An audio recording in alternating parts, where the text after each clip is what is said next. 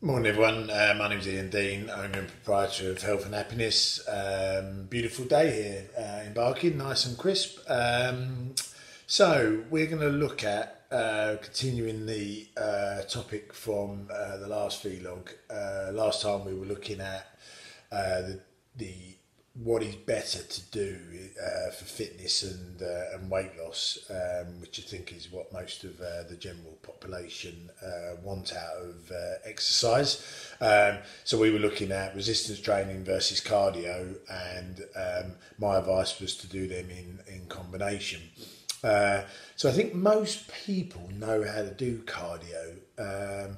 We will discuss maybe later on this week a couple of things about cardio, because there's some different ways that you can sort of mix it up. But today we're going to go through resistance training, because I think this is an area where, because most people go to the gym, they see a couple of meatheads or whatever in the gym area and think, well, this is not for me, this is for them, and then start to get a bit confused in some of the terminology as well.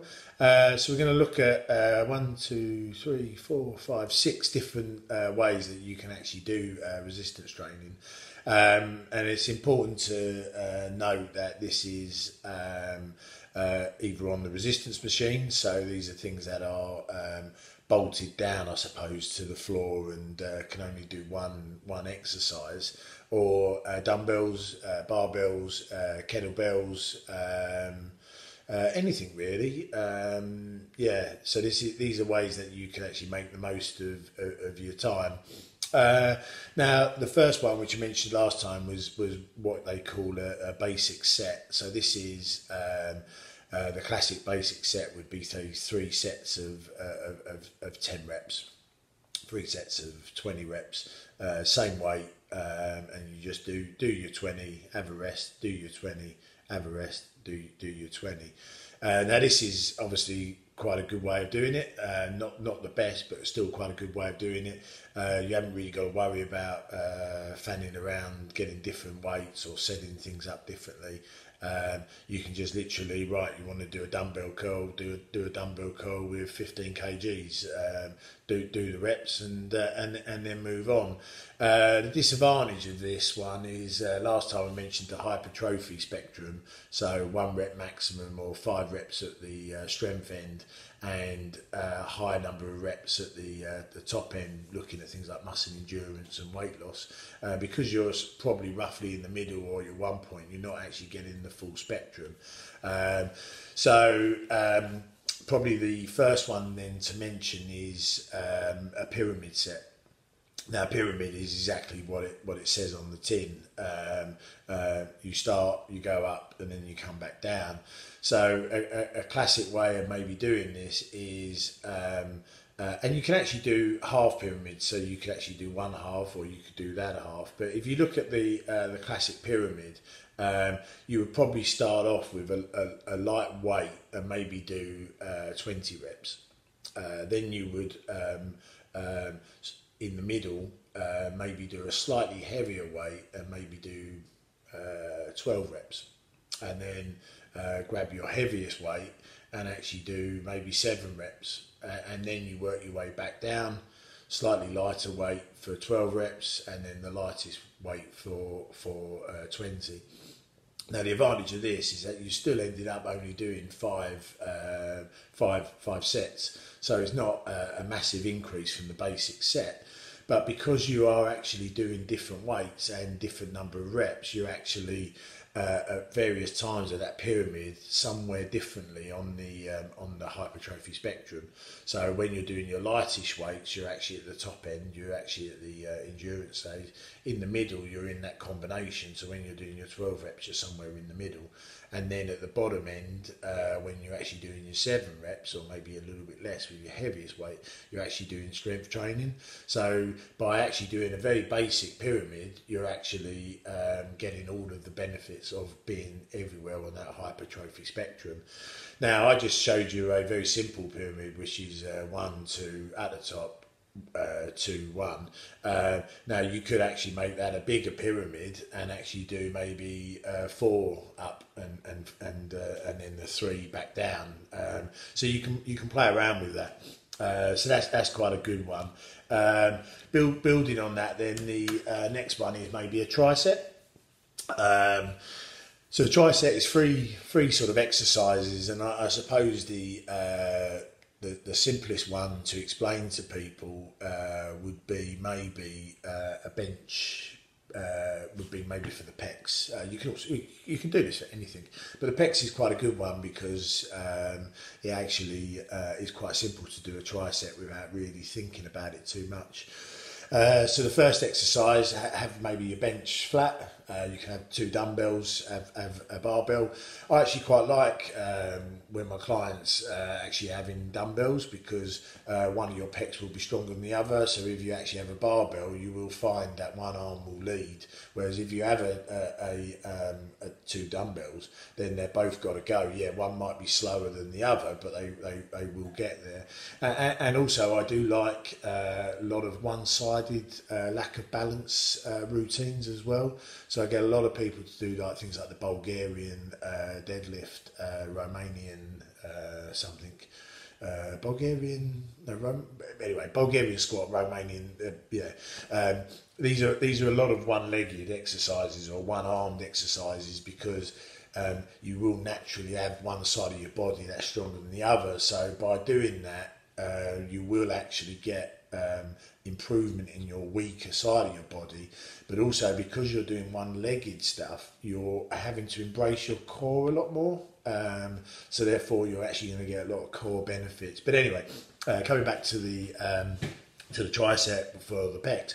Have your bench, do 12 reps of a bench press, then maybe move your bench up so that you've actually then got maybe a 60% angle, 30%, 45% angle, and do some incline bench presses, and then bring your weights back down, and then do some over the top thing, which will be very good for your pecs. Now, the key here is to do the 3 exercises, one after the other. Still do three sets. So you do that first type. You do bench press, incline, over the top, rest, bench press, incline, over the top, rest, bench press, incline, over the top. Finished. But the key thing is actually to have no rest between the 3 exercises. So this can be quite tricky in terms of having to get up and set things up and move things around and maybe slightly different weights. You might need to go to different machines. So try and be creative there to avoid any issues with that.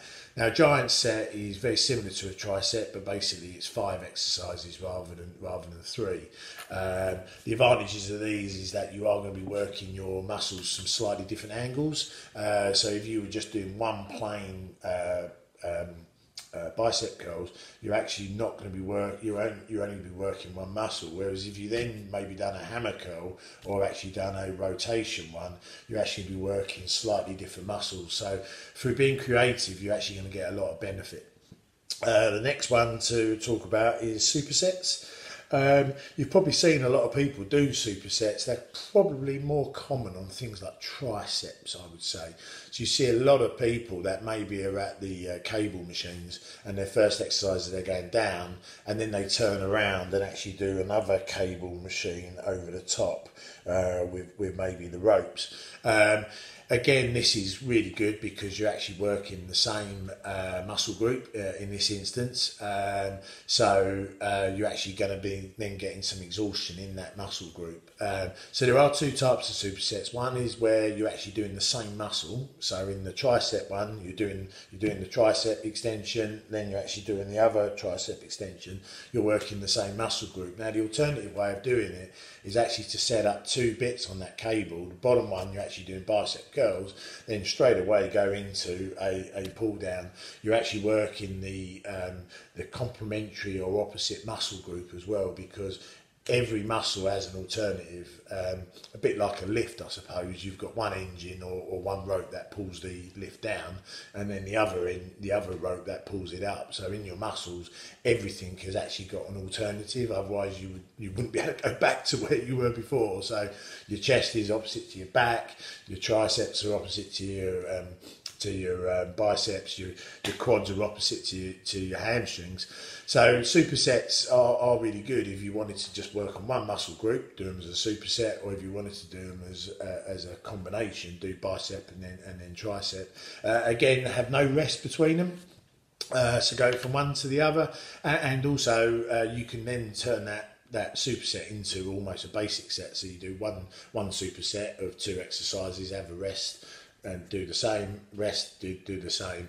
And I would say have a rest of about, say, 20-30 seconds, unless you're lifting really heavy weights, then you might want to be doing slightly longer. The last one, slightly more technical, is what they call pre and post exhaustion. So the simplest way to explain this is that muscles are lazy, and you have big muscles in your groups, in your body. So your big muscles would be your pecs, your lats, your glutes, your bum, basically, your quads. They I would say, are your big muscle groups. Now, when you're doing, and let's go to a fly, to a pec deck, your pec is actually doing the majority of this action, but it will, because it's lazy, it will recruit other muscles, primarily the bicep. Will get them in. So a way to actually, if you just want to target your main muscle, so the pec, is actually, before you do it, do loads of or do variety of bicep exercises, so that when your big muscle starts to say, come on Mr. Bicep or Mrs. Bicep, give us a hand here, this bicep will actually say, no, I'm really sorry Ian, but I'm really sorry Mr. Pec, but I've already done my work today. So therefore all of the motion is actually controlled by your pecs. So that is I think post exhaustion. Now pre-exhaustion could be the other way round, is the other way round. I think I'm getting the pre and the post right, but it's the same principle. So say you wanted to work your biceps, you could do it. It doesn't quite work, but you'll get the point. So do a load of pec decks, and then you're knackering out your primary muscle, and then you can do something on your biceps. So have a look at this online, because it's not one that I'm massively comfortable with. I'm okay on that one, because I understand knacker your biceps out and then do that. The alternative one I'm not massively familiar with. I don't really use it myself, but maybe do some press ups and then go and do some bicep curls. It's just things like that. So we've gone through 6 ways that you can train with resistance machines. Basic sets, which is 3 times whatever reps. Trisets, which is a range of 3 exercises, no rest between. Giant set is 5 exercises with no rest in between. Pyramid, working your way up and down that hypertrophy spectrum. Supersets, either working one muscle or working the antagonistic muscle as well, for a technical term. And then the pre and post exhaustion.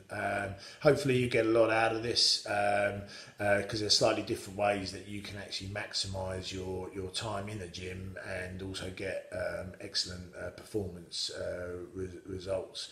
So once again, my name's Ian Dean, owner and proprietor of Health and Happiness. We're going to talk about cardio on Friday. A shout out to Tina. I believe Tina's now nearly 50% of the way through her swimming challenge. I know she done some quite a lot of swimming last week, so that's excellent. My good friend Vicky, who I'm going to be doing a 2-person relay across the channel in a couple of years' time. She's done some significant swims recently. Also, my buddy from my channel swim last year when I done the 6-person relay, Ruthie, her daughter, had her debut at netball, which I know was a tremendous lot of fun for her. And then finishing up with number 1, my good mate Andrew Dickinson, Dickie. He won our university golf tournament at the weekend, Checkers, after nearly 10 years of trying it. So congratulations to you, mate. So Ian Dean, Health and Happiness, signing out now. See you on Friday. Cheers, bye.